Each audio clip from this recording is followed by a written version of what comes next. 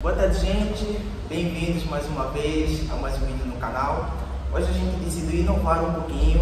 A gente trouxe o Dr. Rinaldo, ele é doutor daqui da Universidade Católica de Brasília, professor, pesquisador na área de bioquímica e imunologia.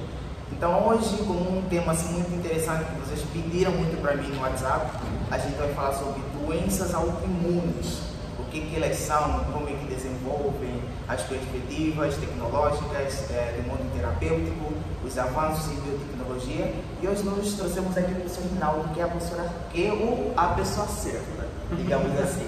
Bem-vindo, doutor Rinaldo. Muito obrigado, Isaac. Vamos lá, aí estou à disposição. Né? Então, doutor Rinaldo, diga para nós o que são doenças autoimunes. Vamos começar da seguinte forma, né? Os organismos, desde bactérias até organismos com várias células, até os organismos eucariotos mais complexos como nós humanos, nós temos mecanismos de defesa. Né? Porque para sobreviver nesse planeta, você está constantemente sendo, vamos colocar dessa forma, atacado por outras formas de vida, né? Outras moléculas. Então, ao longo da evolução, nós desenvolvemos mecanismos de defesa. A questão é que esses mecanismos de defesa, eles têm que nos defender daquilo que nos é estranho, mas não atacar aquilo que é nosso, tá certo? Né? Aquilo que é próprio, aquilo que é... Então, o mecanismo de defesa é aquilo que a gente chama de sistema imune. E a gente pensa em humanos, que eu acho que é uma curiosidade maior do seu público aqui, do canal, não estou pensando em sistema imune de bactérias, né? Quando a gente pensa em humanos, o sistema imune ele é constituído por um conjunto de células, um conjunto de órgãos, tecidos, órgãos, que se forma um sistema imune, né, que vai nos defender. O sistema imune ele tem dois braços, o que a gente chama que é o sistema imune inato, que está pronto para defender, ele não precisa saber o que está chegando, ele vai defender. Então, quando você corta uma mão, ou corta a sua mão, corta o dedo, o arranhão, né, você tem essa primeira linha de defesa, que vai identificar, né, as bactérias, seja lá o que tiver, mesmo componentes químicos, gerar uma defesa. Isso é a resposta imunidade. Então você precisa de uma resposta mais de longo prazo, né, que é baseada em células e em anticorpos, que é a resposta imunoadaptativa. A resposta imunoadaptativa, aí é que entra a questão da doença autoimune. Né? Esse sistema adaptativo está pronto para produzir células e anticorpos para atacar aquilo que não é próprio a nós. Como que o nosso organismo diz para esse sistema que não é próprio? Tá? Como que ele diz isso? Ele tem que dizer, porque no MEC ele não vai identificar. Então, nos órgãos, né, que geram essas células, né, que é a medula óssea e o timo, você tem sistemas que estão constantemente mostrando para essas células, durante o desenvolvimento dessas células, o que nos é próprio. Então, ela aprende. Né? A gente chama isso de tolerância imunológica. Tolerância imunológica.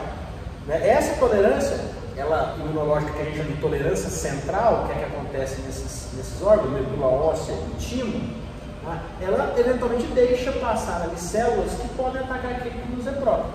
Tá certo? Porque nós produzimos células capazes de identificar todo tipo de estruturas. Só que nós temos que dizer, olha, essa estrutura é própria, essa não é própria. Aí você vai para a parte periférica, você tem sistema, depois eu posso falar um pouquinho disso, até porque é o Prêmio Nobel de Medicina e Fisiologia desse ano é a tolerância imunológica periférica, não é isso? Então, quando você escapa, né, a gente chama de clones, são células, elas são do Rinaldo, são do Isaac, mas elas são células que ganham a habilidade de identificar moléculas. Então, isso são clones, elas são diferentes, elas são únicas, por isso que a gente chama de clones. São clones de linfócitos T e clones de linfócito B, é o nome que essas células recebem. Né?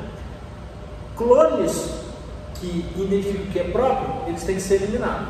Se eles são eliminados bonitinhos pelo mecanismo de tolerância, beleza. Só que tem situações que eles não são eliminados. Quando esses clones não são eliminados, aí nós temos clones que identificam o que é próprio. E aí você pode ter a doença autoimune. Enquanto o professor falava sobre o mecanismo de tolerância, né, isso acontece num órgão específico.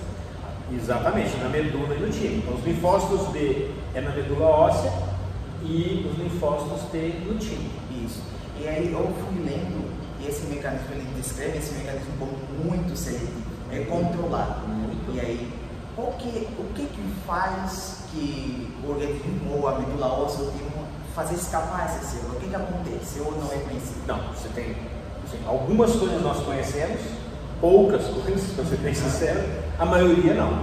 Mas se você for buscar, né, o que nós entendemos de doenças autoimunes, a grande parte nós não tem conhecimento mais superficial, não tem profundamente. Mas, por exemplo, tem doenças imunes muito graves que nós sabemos por quê? Porque elas decorrem de mutações em genes muito importantes nesse processo.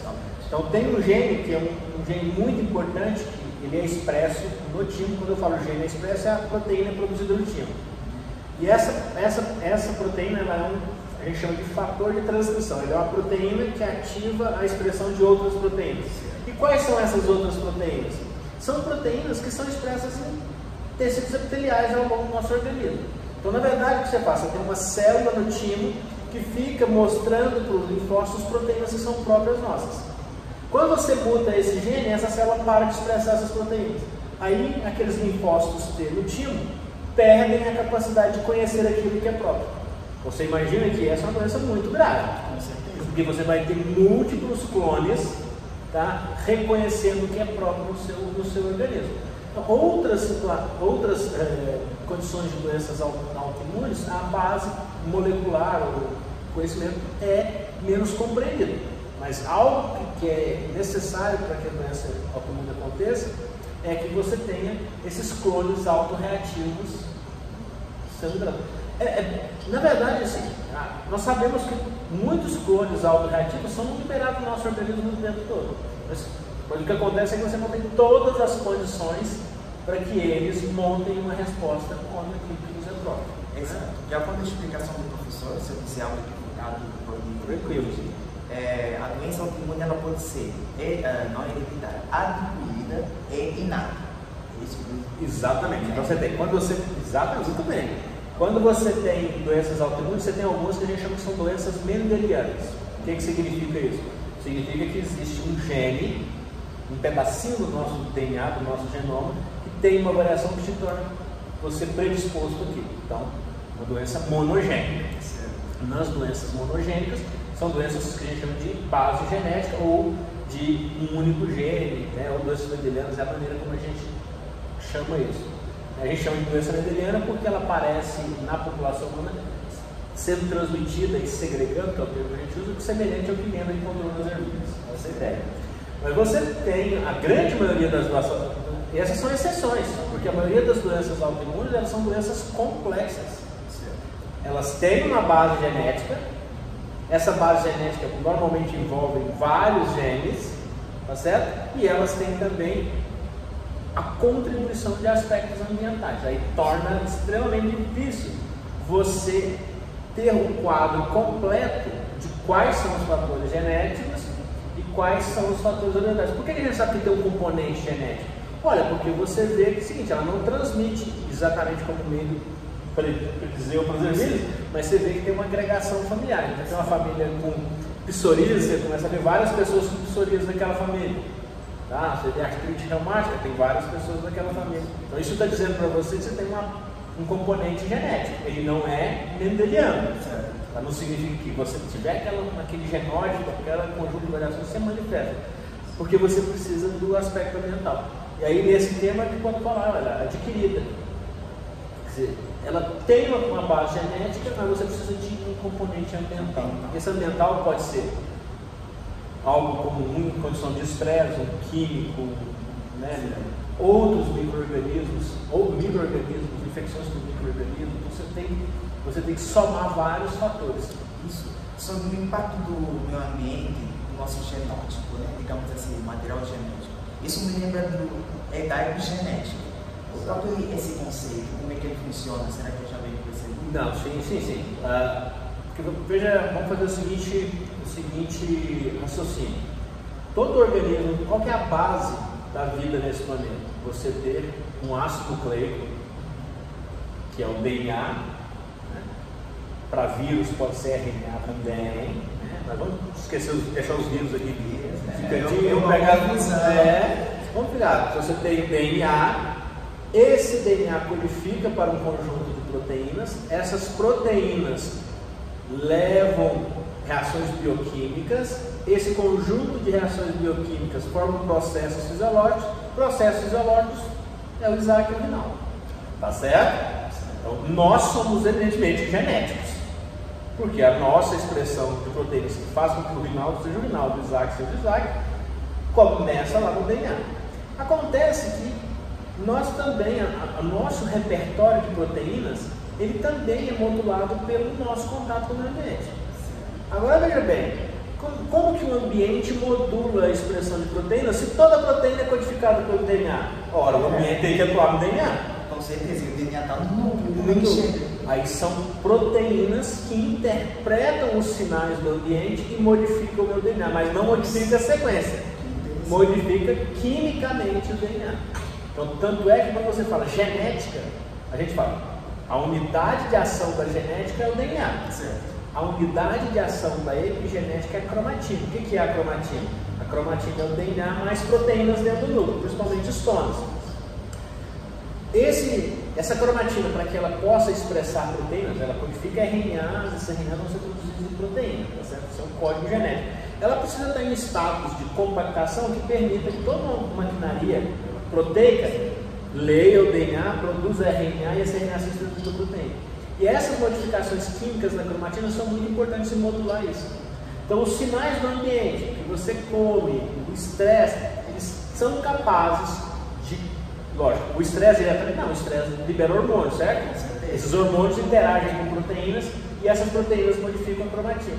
Então, epigenética é basicamente o seguinte: você tem proteínas que modificam quimicamente a cromatina, proteínas que, vamos colocar da seguinte forma, proteínas que colocam modificações na cromatina, proteínas que retiram modificações químicas da cromatina e proteínas que leem as modificações químicas. O resultado de um conjunto de modificações químicas é fazer que essa cromatina seja menos condensada ou mais condensada. Cromatina mais condensada, menos expressão de proteína. Cromatina menos condensada, mais condensada, menos expressão. Menos condensada, mais expressão. E isso está o tempo todo, controlando a expressão gênica. Acontece que alguns fatores ambientais fazem com que essas modificações da cromatina sejam estáveis. Então, você carrega um monte de modificações químicas na sua cromatina que são únicas do Isaac, porque o Isaac e eu carrego um monte de modificação química na minha cromatina que são iguais. Tem um estudo muito legal, antigo inclusive, 1995, se eu não estou enganado, ou 2005 por aí, de um Manela Estelar, um pesquisador espanhol. Ele pegou gêmeos, pares de gêmeos com jovens, se não me engano 5 anos de idade, e pares de gêmeos com 50 anos de idade. Foi no DNA e olhou as modificações químicas da cromatina. O que ele viu? Que o pares de gêmeos jovens, as modificações eram semelhantes.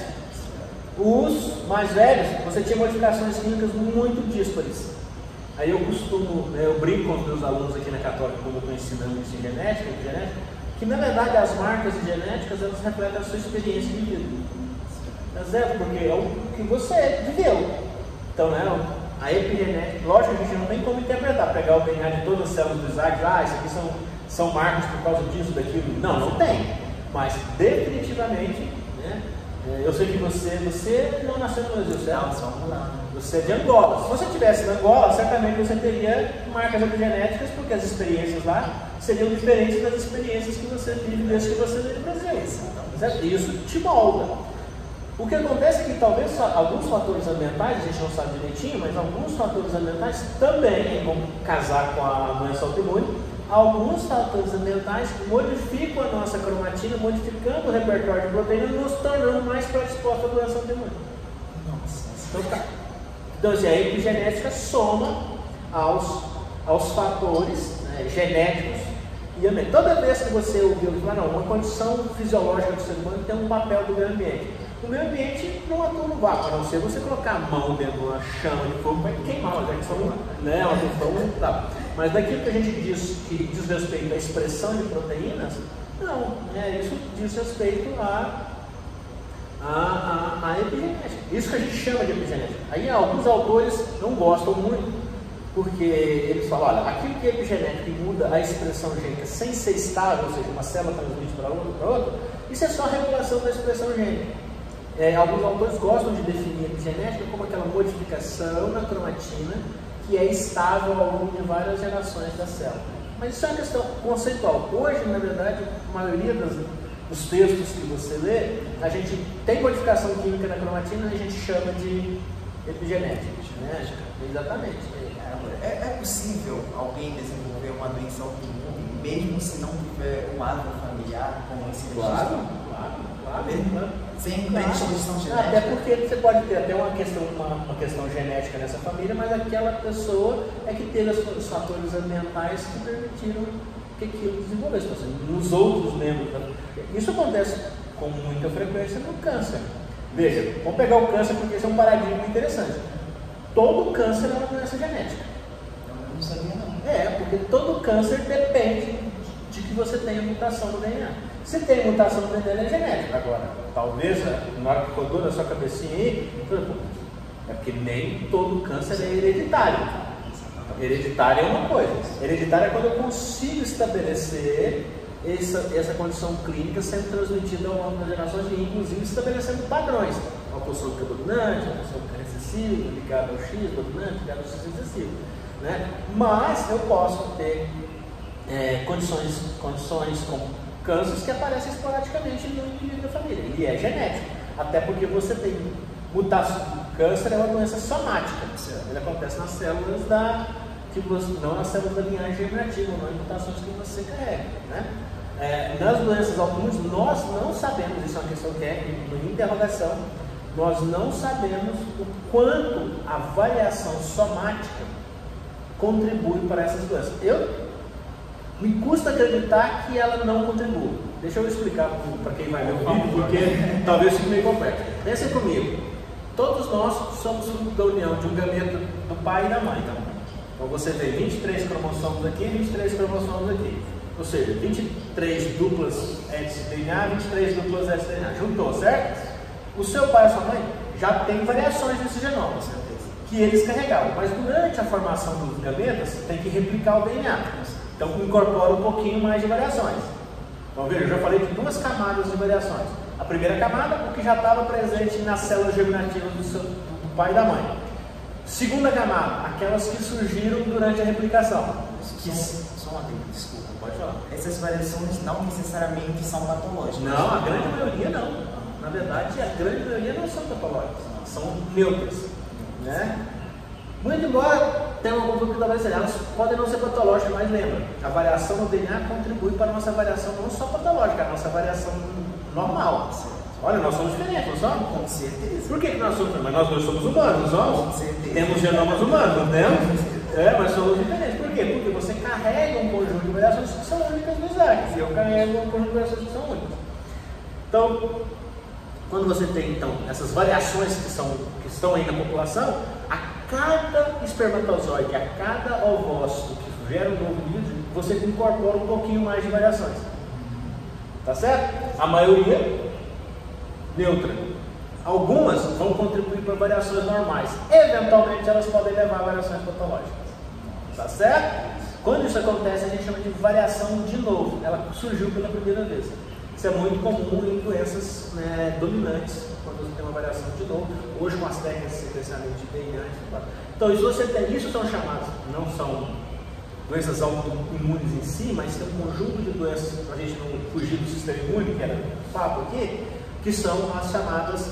A gente aprende lá na genética mais do ensino médio, os erros inatos do metabolismo. São aquelas mutações que causam fenilcetonúria, deficiência de biotinidase, uma série de doenças, que são as doenças que são diagnosticadas no pezinho. Então, são erros inatos do metabolismo. Só que dos últimos 10 anos, a gente começou a catalogar aquilo que a gente chama também de erros inatos do sistema imune. São mutações que acontecem em genes que comprometem a resposta imune. E aí você tem elementos de autoimunidade, você tem elementos de susceptibilidade a doenças infecciosas, você tem vários comprometimentos. E isso surge dessas mutações de novo, que acontecem na célula. Agora pensa, variação que você já tinha, variação de novo, podem levar a doença ou não, a maioria não leva a doença, algumas podem levar a variação normal. Esse é o material é o material, essa variação é um material importante para o processo seletivo, para a seleção. Mas veja que depois que você tem o esgoto, você vai multiplicar a célula para formar um embrião, certo? A hora que multiplica o embrião, tem que replicar o DNA, não tem? Ao replicar o DNA, a replicação do DNA, ela não é protegida de erro, você incorpora erros. Isso são variação somática. Então você acumulou, eu acumulei, mas isso é um negócio extremamente difícil de nós estudarmos, porque a gente não entende um padrão de como essas variações somáticas acontecem. Eu estou te dizendo isso porque você me perguntou se alguém, né, pode gerar essas doenças a despeito de mutações. Não, vai ter uma condição genética ali, mas pode ser também essas variações somáticas que nós acumulamos. Mas nós estamos ainda longe de compreender como essas variações somáticas contribuem para a nossa variação normal e para a nossa variação patológica. Certamente contribui, né? Variações no nosso cérebro, variações em cada um dos nossos órgãos, variações nas células do imune. E aí no sistema imune você ainda tem uma questão, isso aí já é razoavelmente estudado, porque as células do sistema imune, elas são produzidas na medula óssea, né? Depois vão para o timo de linfócito que vão crescer, mas todas essas células elas são produzidas a partir daquilo que a gente chama de células-tronco. Então você tem uma célula-tronco. O que é uma célula-tronco? É uma célula que sofre mitose, uma célula, duas células. Uma segue, a outra volta. Só que essa aqui passou por um ciclo de mutação, não passou? Então ela pode acumular mutação. Então, à medida que nós vamos envelhecendo, você vai gerando mais células-tronco que se submeteram a vários ciclos de mitose. Você vai acumulando mutação. Eventualmente pode acontecer que alguma dessas células comece a povoar a medula como um todo. E aí você tem doenças clonais relacionadas a essas mutações. E aí você pode ter leucemias, né? Inclusive, fez-me lembrar do projeto Genoma Humano, né? Que participaram mais de 100 países, eu acho. Lá. Isso. E também eles falam que a cada geração futura, a gente está acumulando mais mutações. Isso. E aí é um mecanismo inato, não necessariamente que seja totalmente adquirido. Que veja, as mutações, na verdade, se não, durante o surgimento da vida nesse planeta, se os genomas, ao replicar, não acumulassem mutações, não teria a diversidade que nós temos hoje. Porque você tem que acumular variações no genoma, no DNA, para que essas variações gerem organismos que, diante das forças do ambiente naquele momento, eles tenham maior ou menor capacidade de se adaptar. Aqueles que têm maior capacidade vão para frente. Isso é chamado de seleção natural, como o velho barbudo mostrou lá atrás. Entendeu? É isso. Tá? Então tem um geneticista, Theodosio Doddsonski, ele tem uma frase que é o seguinte: olha, as mutações genéticas constituem o preço que nós pagamos. As doenças genéticas constituem o preço que nós pagamos para continuar evoluindo. Porque você tem, se você não tem mutação, você não gera variabilidade. Se não gera variabilidade, você não gera condições de ter formas de vida que se adaptam em determinados ambientes. Entendeu? Isso você pode ver muito bem, um exemplo, né, para o pessoal da biomedicina e tudo mais, é o que acontece na resistência a antibióticos, por exemplo. Exatamente. Você começa a pressionar, qual que é a pressão seletiva? O antibiótico. Tá certo? Mas as bactérias estão multiplicando. Aí você tem bactérias que carregam mutações, ou mutações surgem e são resistentes àquele antibiótico. Aí elas começam a se multiplicar e elas sobressaem, não é? Então essa é a seleção, ela afeta todas as formas de vida, de um vírus a nós humanos, né? Então a nossa capacidade, nosso sistema imune também de dar conta das infecções está relacionado a isso, né? Você tem alguns estudos super interessantes, até um estudo feito com cadáveres na Europa, em covas. Então eles tinham covas com diferentes cadáveres enterrados em diferentes etapas de tempo. E um desse intermediário aqui é o pessoal que foi enterrado durante a peste negra na Europa. Então eles tinham antes da peste negra, durante a peste negra, após a peste negra ter sumido. Sequenciaram o genoma disso, porque o projeto Genoma, lá em 2001, ele sequenciou o genoma de referência. Só que nós vivemos hoje, no momento, né, por exemplo, ontem eu vi um paper onde eles conseguiram sequenciar o genoma de um bebê em 4 horas. Sequenciar o genoma 3,2 milhões de palavras e analisá-lo, não é só sequenciar inteiro, sequenciando em 4 horas. Isso é para aplicação clínica. Então, hoje você consegue sequenciar muito, já tem muito genoma sequenciado. Então, eles sequenciaram genomas desses 3 estratos, é que eles viram que tinha uma variação em um gene, que a hora que você tem esse extrato aqui e aqui, ele está numa frequência, né, baixa, e aqui você tem um alelo que sobe a frequência. Qual que é a interpretação? Mas por que ele subiu a frequência dessa variação depois da peste negra? Olha, porque essa variação envolve um gene do sistema imune que eventualmente protegia as pessoas da peste negra. É um exemplo de seleção, né, para aquela variação, e a força seletiva foi a peste negra.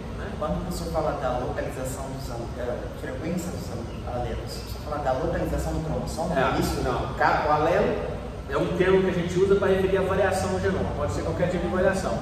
A frequência, quando eu falo a frequência, eu falo, um alelo tem uma frequência de 100% da população, significa que todos os cromossomos que eu olhar, tá, ele está presente. Se eu digo para você que um alelo está na frequência de 50%, eu pego 100 cromossomos, ou seja, 50 seres humanos. Cada ser humano tem 2 cromossomos. Eu vou observar esse alelo de 50 cromossomos. É assim que a gente mede a frequência alélica. Né? Então, quando a gente fala uma variação, é porque ela está numa frequência diferente de 0 e diferente de 100. Ela tem pelo menos 2 formas. Pelo menos 2 formas. Tem alguns tipos de variação que tem mais formas. Mas o alelo é um termo que a gente usa para designar formas de uma sequência do genoma, que na verdade é medido pelo AGCT. E são essas variações, mano, no sistema imune, que é importante aqui, né, para a gente ficar dentro do sistema imune. A região mais variável do genoma humano é a região que está no cromossomo 6 humano e que codifica para os genes do complexo principal de compatibilidade. A gente já ouviu falar, o MHC está relacionado com o transplante. Então, por que o MHC é importante? O MHC, o complexo principal de compatibilidade, é uma proteína que está na superfície. Aí você tem 2 classes, né? O MHC classe 1 e o MHC classe 2. O classe 1 está presente em todas as células com núcleo do nosso organismo, tá certo? E o classe 2 está presente só naquelas células que a gente chama de são as células apresentadoras de antígeno funcional, que é a célula dendrítica, o macrófago, né? Principalmente célula dendrítica, macrófago e o linfócito B. São esses 3 os principais. Célula dendrítica são as APCs, né? Antigen Presenting Cells. Né? Célula dendrítica é a principal dela. O que é o MHC? O MHC é 2 camadas polipeptídicas que ficam na superfície da célula, onde você pega uma proteína, a célula digere essa proteína, coloca um peptídeozinho aqui e apresenta esse peptídeo para o linfócito. Essa apresentação, se o linfócito apresentar, se a célula apresentadora de antígeno apresentar isso para o linfócito, ela ativa o linfócito. Tá certo? Agora, vamos voltar, agora que a gente entrou nessa, eu vou voltar lá no início da nossa conversa e dizer, e se esse linfócito for um linfócito que... Porque essas MHC ele tem que estar o tempo todo como um peptídeo na superfície da célula.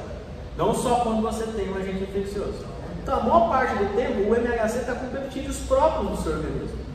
E se você tem um clone de linfócito que identifica esse peptídeo, você vai ativar esse clone de linfócito. E aí você dispara uma resposta autoimune. E dependendo se esse linfócito foi bem maturado, digamos assim, na tolerância. Se ele estiver intolerante, aí vai... O que você quer é eliminar linfócitos que reconheçam os peptídeos próprios. Porque as células apresentadoras de antígeno estarão sempre apresentando antígenos que são próprios. Tá certo? Então você quer remover. Claro que tem alguns outros detalhes pequenos aqui, mas a ideia central é essa. Certo? Então, aí nós conectamos a variabilidade genômica. E por que o MHC é a região mais variável? Porque essa apresentação dos peptídeos depende da composição química dessa região. Então a gente consegue, durante a maturação dos linfócitos, durante a produção das células, uma célula apresentadora de antígeno, ela tem na sua superfície várias proteínas do MHC com sequências de aminoácidos diferentes. E aí cada molécula do MHC pode apresentar dezenas, centenas de peptídeos diferentes. Então o que acontece, por exemplo, vamos pensar nisso, o que acontece quando você tem uma população e ela vai perdendo a diversidade? Por exemplo, você reduz a população, você tem muita endogamia, né? Olha, você diminui a diversidade do MHC. Diminui a diversidade do MHC, diminui a capacidade de você apresentar uma diversidade maior de antígenos naquela população. Se veio um agente infeccioso, vamos imaginar que quando veio a pandemia de SARS-CoV-2, de Covid, tá? Ninguém no planeta fosse capaz de montar a resposta imune para esse vírus. Morreria todo mundo, tá certo? Então, a gente sabe que tem diversidade na resposta, né? Que pessoas respondem mais ao vírus, são capazes de montar respostas mais eficientes contra o vírus, outros menos eficientes. Em alguns, essa resposta é até eficiente demais e isso acaba virando a patologia. Então, assim, o sistema imune nosso também, né, ele tem essa característica, né? Ele gera diversidade. Os receptores de linfócitos também, eles são muito diversos. Só que aqui é um outro mecanismo. A gente fala que o MHC, a diversidade dele é germinativa, são mutações que você carrega. Os linfócitos T e B, eles têm uma diversidade que a gente chama de uma diversidade somática. São células que durante a maturação, elas embaralham um pedaço de DNA que vai dar origem à proteína. Então elas ficam gerando cópias diferentes. Por isso que você gera milhões de cópias. Só que aí o que você tem que fazer? Aquelas cópias, mas da hora de gerar as cópias, a célula não sabe que aquela cópia vai identificar o que é próprio e o que é não próprio. Não, a célula não sabe, ela gera diversidade. Aí a tolerância é o momento, a tolerância imunológica é o momento de você pegar aquela célula que gera própria, lá no time da medula e falar, célula, você não. Você não. Ela gera um monte, mas ela faz essa eliminação. A gente chama isso de seleção clonal, né? Então o mecanismo de tolerância é pegar as células do nosso corpo e apresentar diferentes, digamos, peptídeos para treinar. Treinar não, você elimina mesmo. E só deixa escapar para o sistema periférico, né, que vai ficar circulando, né, no sistema linfático e sanguíneo, no mundo ideal, aqueles linfócitos que reconhecem aquilo que não é próprio. Então, quando você tem uma bactéria, quando você tem uma vacina, por exemplo, né, e você é capaz de montar uma resposta imunológica contra esses agentes infecciosos. E, professor, como estamos no ponto de vista terapêutico? As terapias gênicas, CRISPR se ajudam ou não? Como estão os avanços? Né? Hoje, assim, vamos pegar o sistema imune.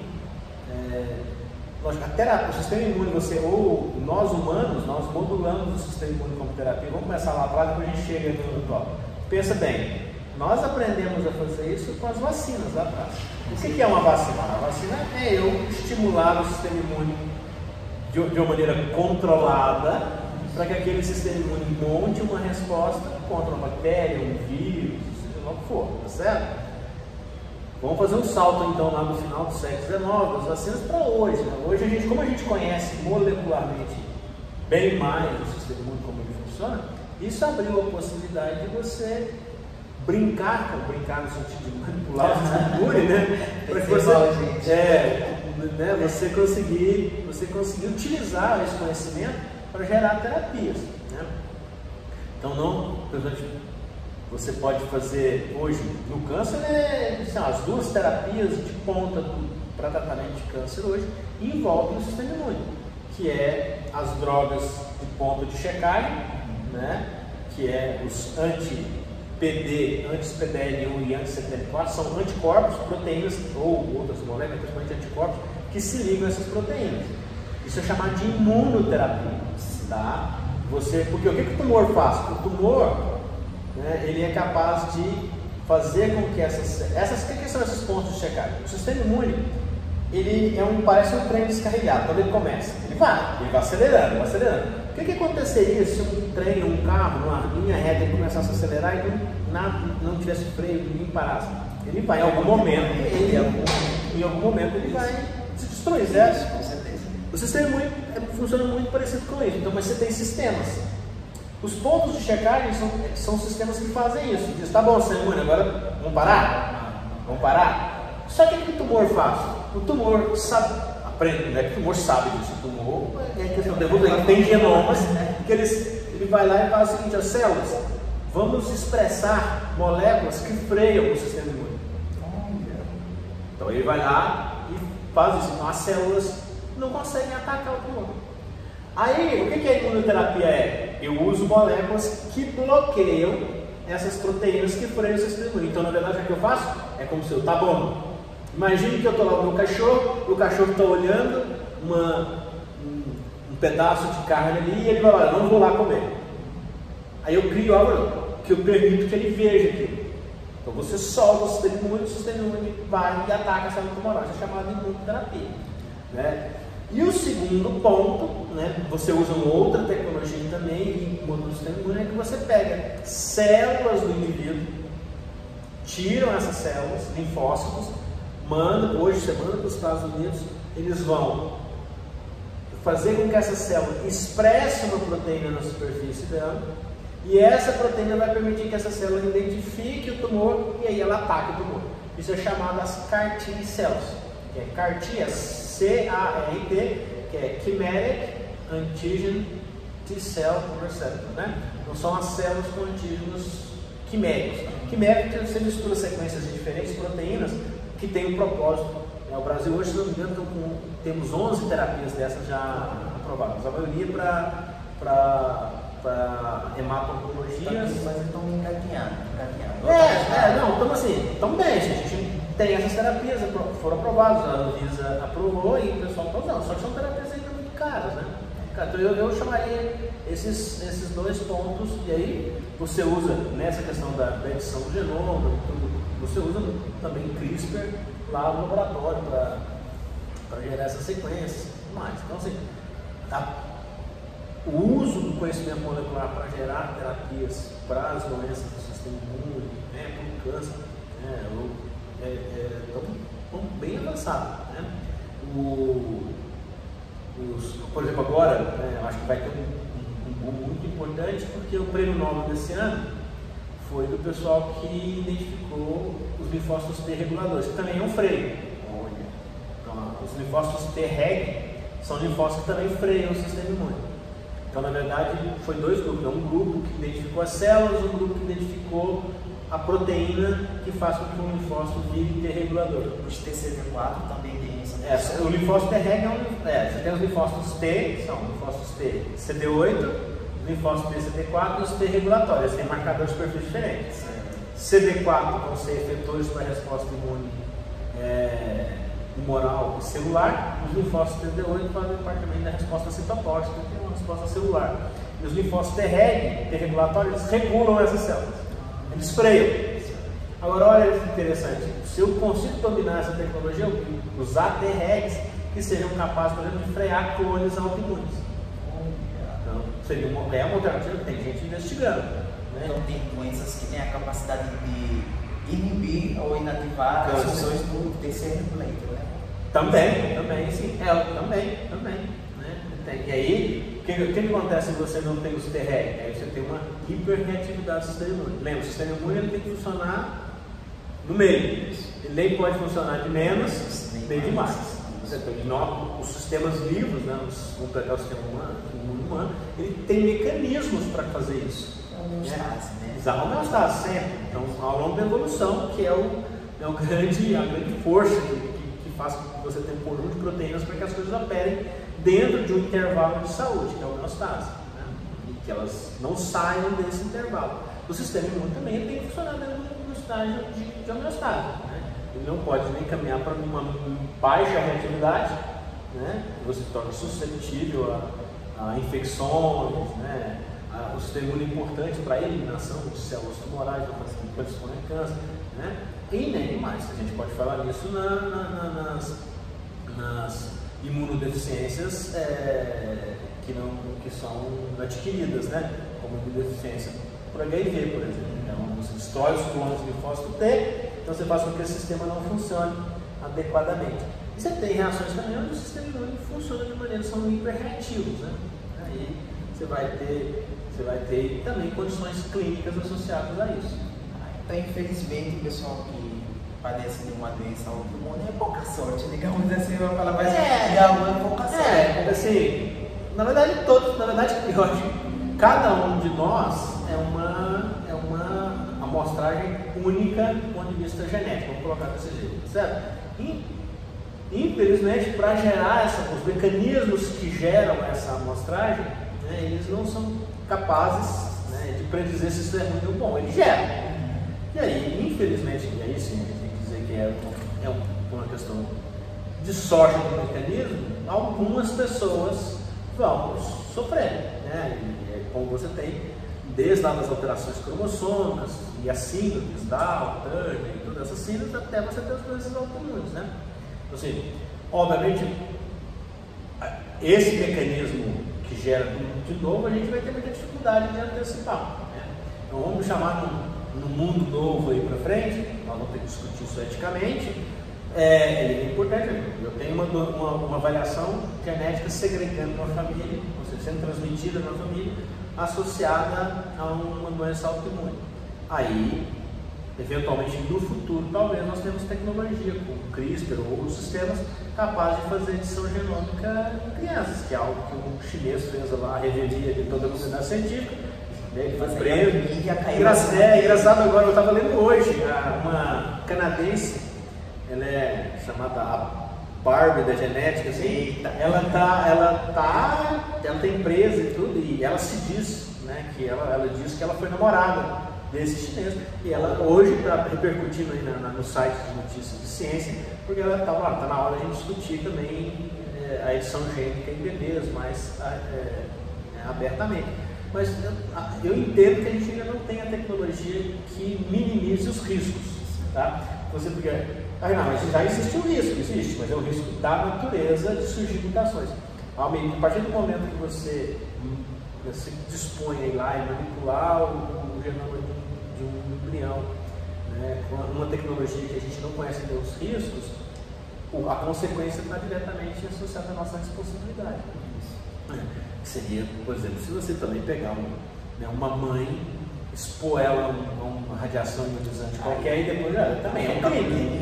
Também, então não vamos fazer isso. Né? Então, mas já foi feita edição genômica, por exemplo, em células de medula. Né? Então, pacientes com anemia falciforme. Né? Então, você pega a célula da medula desse paciente e você faz um transplante de medula com células editadas por CRISPR. E aí depois você volta. E aí agora essas células são saudáveis. Começou com uma célula saudável. Não tem mais linfóide, porque elas não tem mais a mutação. Agora isso já tem alguns pacientes tratados dessa forma. Agora é diferente de pegar um embrião, né? Porque essa célula em laboratório eu posso checar, eu posso verificar se é só a mutação que eu desejava mesmo, eu posso sequenciar o genoma inteiro dessa célula e ver se não há mutações que eventualmente possam trazer alguma consequência para o paciente. É diferente do embrião, então a gente não tem tecnologia ainda.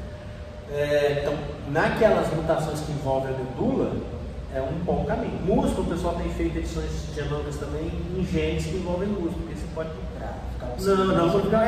talvez alguns não é musculoso, mas para tratar doenças, né? Distrofia muscular do Duchenne, as distrofias musculares, tem isso.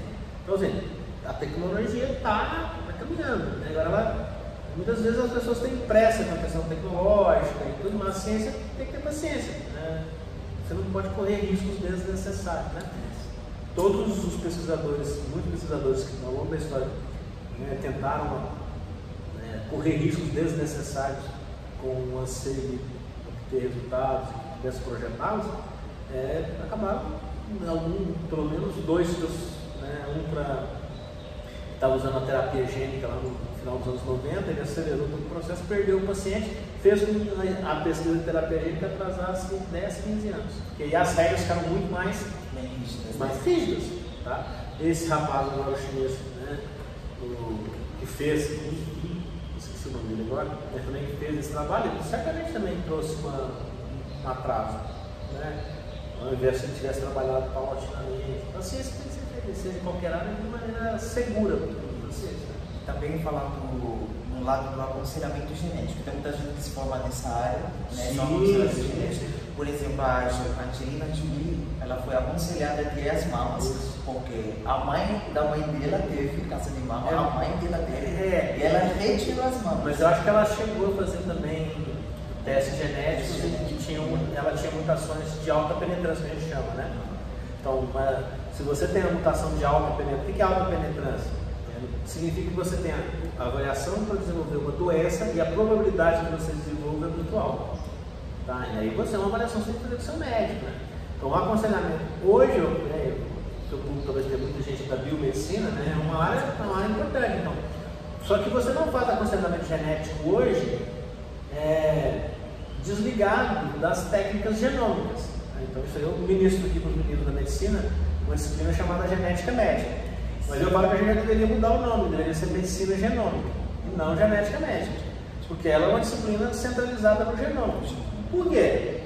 Porque hoje você tem a possibilidade de coletar uma amostra biológica de sangue, células do paciente, enviar para o SEI, para outros laboratórios e ter um laudo do sequenciamento de todos os genes ou do genoma inteiro, interpretar aquilo e a partir daquela interpretação você fazer o aconselhamento genético, né, que normalmente passa, tem tratamento, não tem tratamento, qual é o risco, né? Um cenário muito comum, você tem um casal, ele tem um filho com uma condição genética e ele pergunta, tá bom, identificamos a causa da condição genética, ela traz esses e essas consequências, mas agora qual é a probabilidade do próximo filho ter? Né? E você tem, tendo a informação genética, não só a informação do fenótipo em si, você consegue fazer esse aconselhamento e até tomar decisões. Porque se for uma doença, por exemplo, que é uma doença que a gente chama de recessiva, o pai passou um alelo para o filho, a mãe passou um alelo. A probabilidade de um segundo filho dessa doença, vamos colocar assim, grosso modo, é 25%. O casal vai lidar com esse número e falar, não, 25% é um número que eu não quero, então eu não vou ter filho. Ou eu tenho condições de fazer medicina reprodutiva assistida, vou fazer uma filha. Hoje, o diagnóstico para implantação é tranquilo, para mutações que tenham um único gene. Então, nós sabemos qual é a mutação, vamos identificar os embriões que não têm esses alelos. E aí você faz, você é chamado de diagnóstico pré-implantacional, né? Hoje eu ouvi o Dr. Robert Koch falando sobre o heredograma, né? E ele ajuda os médicos exatamente nessa aconselhamento. Eu nunca entendi bem esse heredograma, ele acabou explicando para mim, porque eu sou vendo bolinha preta. E não, o heredograma é uma maneira de você sistematizar as relações de parentesco. Né? É bem simples, um círculo é uma mulher, um quadrado é um homem e uma linha mostra uma união, né, entre eles. Né? E depois você segue uma linha e você tem os descendentes. Você tem as várias gerações. Lógico, depois você tem outras marcações para você identificar no heredograma, né, se tem doença, se não tem doença. Né? Mas hoje, assim, no aconselhamento genético, a maioria de quem faz um bom aconselhamento, você vai... O primeiro passo no aconselhamento genético, seja de qualquer doença, seja uma doença autoimune, seja um câncer, seja o que for, é você fazer um levantamento da história familiar. E a maneira de você levantar essa história familiar e representar aquilo que você está buscando é no heredograma. E você faz isso hoje não na mão, você tem soluções de software para você fazer isso, entendeu? Que você pode ir, claro, indivíduo 1, tal condição normal, você conta toda a história. Depois que você levantou a história, porque essa história é a história dos fenótipos, das informações. E aí você vai avaliar se justifica ou não você buscar informações genômicas, que aí você vai sequenciar. O fato é que hoje a busca de informações genômicas ela está relativamente fácil, está muito à mão. Então qualquer profissional biomédico ou médico que pretenda trabalhar com aconselhamento genético, ele tem que dominar o conhecimento genômico, as ferramentas genômicas, né? Na verdade o funcionamento do genoma, né? As ferramentas para estudar a sequência do genoma, como isso é transformado em laudos, né? Isso tudo é chamado de medicina genômica. Enquanto eu falo medicina genômica, ela dá suporte ao aconselhamento genético. Hoje no Brasil, se não me engano, os biólogos podem fazer aconselhamento genético, os biomédicos podem, os disciplinar e os médicos. A diferença é que o médico dá o diagnóstico, coisas que o biólogo e o biomédico não são habilitados a fazer. Não são habilitados. Falando sobre o diagnóstico, como é que a gente faz? Quais são os biomarcadores ligados? Aí depende muito por doença, né? Mas hoje vamos pegar um cenário para ficar no sistema imune, né? Que é o que a gente estava conversando. Vamos imaginar que você tenha um casal que chega em você com uma criança, o médico vai fazer a análise clínica, né? Vai fazer lá conversar com o pai, com a mãe, pedir exames, e ele avalia clinicamente que aquela criança tem uma condição genética, mas ele não sabe o que é. Né? Isso no passado, o que acontecia no passado? Esse casal ia sair dali sem resposta, iria no segundo médico, o médico também não ia dar a resposta, a gente chama isso de odisseia diagnóstica. Tem um nome para isso, odisseia, você vai ficar pulando, certo? Hoje o que acontece, ou o que deveria acontecer? Chegou no primeiro médico, tem uma evidência de que é genética, lembra, genética não é hereditária, genética é uma evidência de que alguma variação do genoma causa aquilo. Isso. Entendeu? É diferente, tá? Primeira coisa, vamos sequenciar todos os genes desse paciente. O que acontece de fato é uma questão mais de preço, né, de recurso. Se você sabe que é uma doença do sistema imune, a gente tem nos laboratórios painéis de genes do sistema imune. Então você vai lá e sequencia todos aqueles genes do sistema imune. Se é uma doença endócrina, né, do sistema endócrino, vamos sequenciar aqueles genes do sistema endócrino. Não sei o que é, sequencia todos os genes. Tem genes assim. Tem painéis, você pode fazer desde o sequenciamento de painéis de genes, sequenciar todos os genes, a gente chama isso de sequenciamento de exome, sequencia todos os genes, ou você pode fazer o sequenciamento de genoma completo. A questão é que quanto mais informação você sequencia, mais difícil é a interpretação. Tá certo? A questão não é hoje, a questão não é sequenciar genoma. A questão é retirar a informação dessas sequências, né? Associar variações no genoma com a condição clínica do seu paciente. Gerar um laudo, diz, olha, essa condição clínica do meu paciente é um erro inato do sistema imune por uma mutação nesse gene. Tá? E é um gene que atua no desenvolvimento das células na medula óssea. Opa, se atua na medula óssea, o transplante de medula pode ajudar a resolver. CCHD, se chama isso? Células tronco? São as células tronco e hematopoética. Mas se for um órgão periférico, é mais complicado, não tem o que fazer. Né? Não, mas então é uma criança que tem crise, né, de convulsivas e tudo, e encontramos uma mutação num canal de potássio específico, existe uma que está hiperativo, né? Agora nós temos uma droga que bloqueia, né, aquele canal de potássio. Então isso também permite, ao sequenciar, não só você fazer o aconselhamento, mas ter o diagnóstico e ter prognóstico.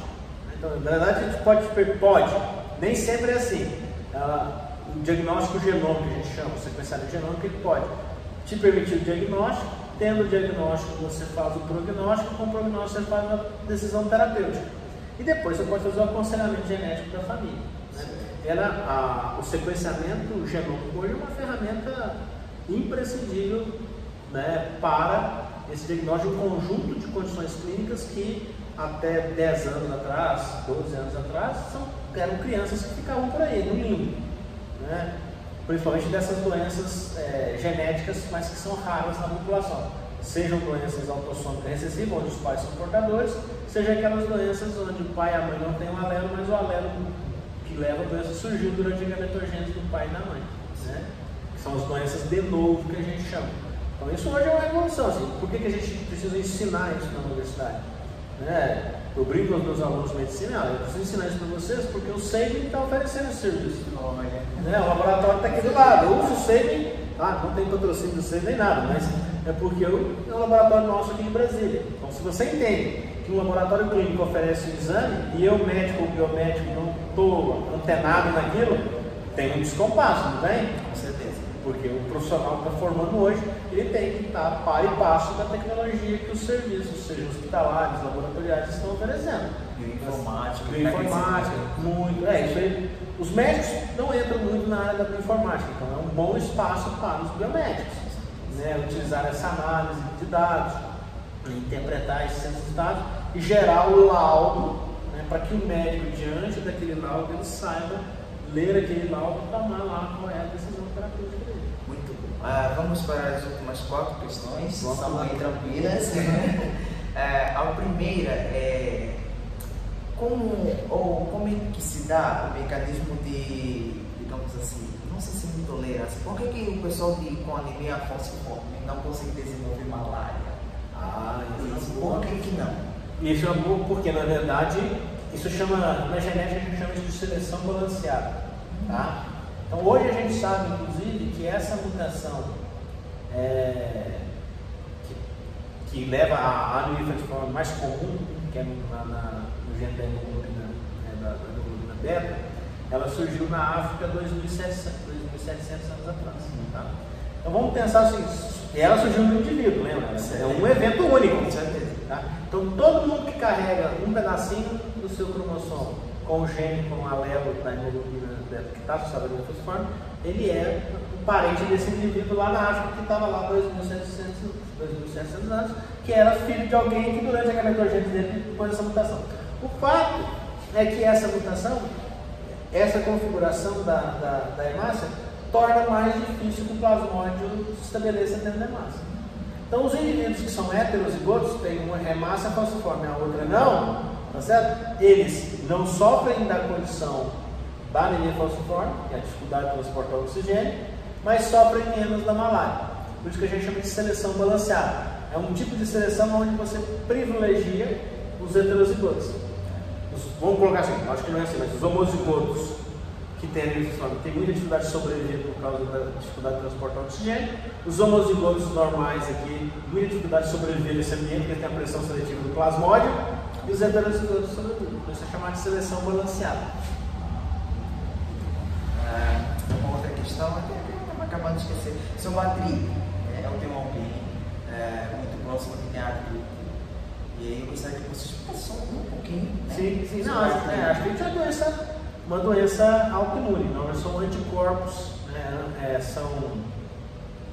são doenças, na verdade, doenças inflamatórias, crônicas, né, onde você tem o reconhecimento de autoantígenos nas articulações e o reconhecimento desses autoantígenos, na verdade, a deposição de anticorpos contra esses autoantígenos nessas regiões das articulações gera um processo inflamatório. Esse processo inflamatório contínuo, né, gera vamos chamar assim, modificações morfológicas no osso e tudo mais, torna mais fora a dor desse processo inflamatório, porque a inflamação ela é algo imprescindível no nosso organismo, porque a inflamação é o caminho que leva à cicatrização. Se você não tem inflamação, você não cicatriza algo, certo? Precisa disso. Só que essa é a inflamação aguda. De novo, lembra do freio? Você tem uma inflamação aguda, aconteceu, deu conta do que estava ali infeccionando, causando a lesão, cicatrizou. Só que a inflamação crônica, o estímulo continua. E aí agora essa inflamação crônica leva a essa mudança na morfologia do osso, da liberação da série de moléculas naquele local, e a dor, porque você tem terminações nervosas que estão diante dessa dor e tudo mais. Então essa é a artrite, né, reumática, que é uma doença autoimune, né, que a gente, qual é a base genética? A gente sabe mais ou menos, mas tem fatores ambientais também, ou seja, a gente não tem um conhecimento categórico dos elementos que tornam o indivíduo mais predisposto para agir. Inclusive, a última pergunta que eu vou fazer agora tem a ver com isso, conhecimento categórico. O professor acredita que as doenças autoimunes, todas elas, né, conhecidas, não sei se estão quase 80 conhecidas, uma coisa assim, são as mais difíceis de compreender ou de tratar? Nós temos condições clínicas muito complexas, né, assim, mas as doenças... É que, na verdade, quase toda condição clínica, ela envolve o sistema imune de alguma forma. E quase toda condição clínica envolve inflamação. De alguma forma. A inflamação é a resposta do organismo. E a inflamação é sistema imune. Isso. Tá certo? É uma parte da resposta. Tá? Lógico, e aí, né, as doenças autoimunes, elas, dada a complexidade do sistema imune, muitas delas tornam-se muito difíceis de entender, porque não tem mecanismo que a gente conhece. Tá? Mas eu acho que a gente tem, assim, né, você tem condições clínicas, vamos chamar do espectro da psiquiatria, por exemplo, que são extremamente complexas de estudar. E doenças que têm componente inflamatório. As doenças psiquiátricas e as doenças neurodegenerativas, certo? Tem sistema imune envolvido? Tem também, né? Não tem. Então, o sistema imune é bem interessante porque ele acaba que com maior ou menor intensidade, ele está envolvido em quase todas as condições clínicas. Por quê? Porque todas as condições clínicas, ou a grande maioria, tem um componente maior ou menor de inflamação. Tá certo? E se tem um componente de inflamação, envolve elementos do sistema imune. Certo? Então, o próprio envelhecimento. Tanto é que a gente tem uma teoria que a gente chama de inflammation. Né? O envelhecimento é uma inflamação que ela nem é aguda nem é crônica. A gente chama de uma inflamação sistêmica. Você está constantemente inflamado. Né? E essa constante inflamação, ela interfere em vários dos nossos processos fisiológicos, e esse comprometimento, né, leva à senescência, o envelhecimento celular, uma série de coisas que é o nosso envelhecimento. Professor Rinaldo, muito obrigado por fazer esse convite. Espero que o professor aceite os próximos, mas um ambiente melhor. Você me fala qual é o assunto e se eu dominar o assunto, eu converso com você. Com certeza, vou pegar seminário da bioquímica e imunologia. Você é expert. Eu não sou enciclopédia aqui. Muito obrigado. Obrigado a você, Jack. Boa sorte no seu canal e na sua disposição. Obrigado.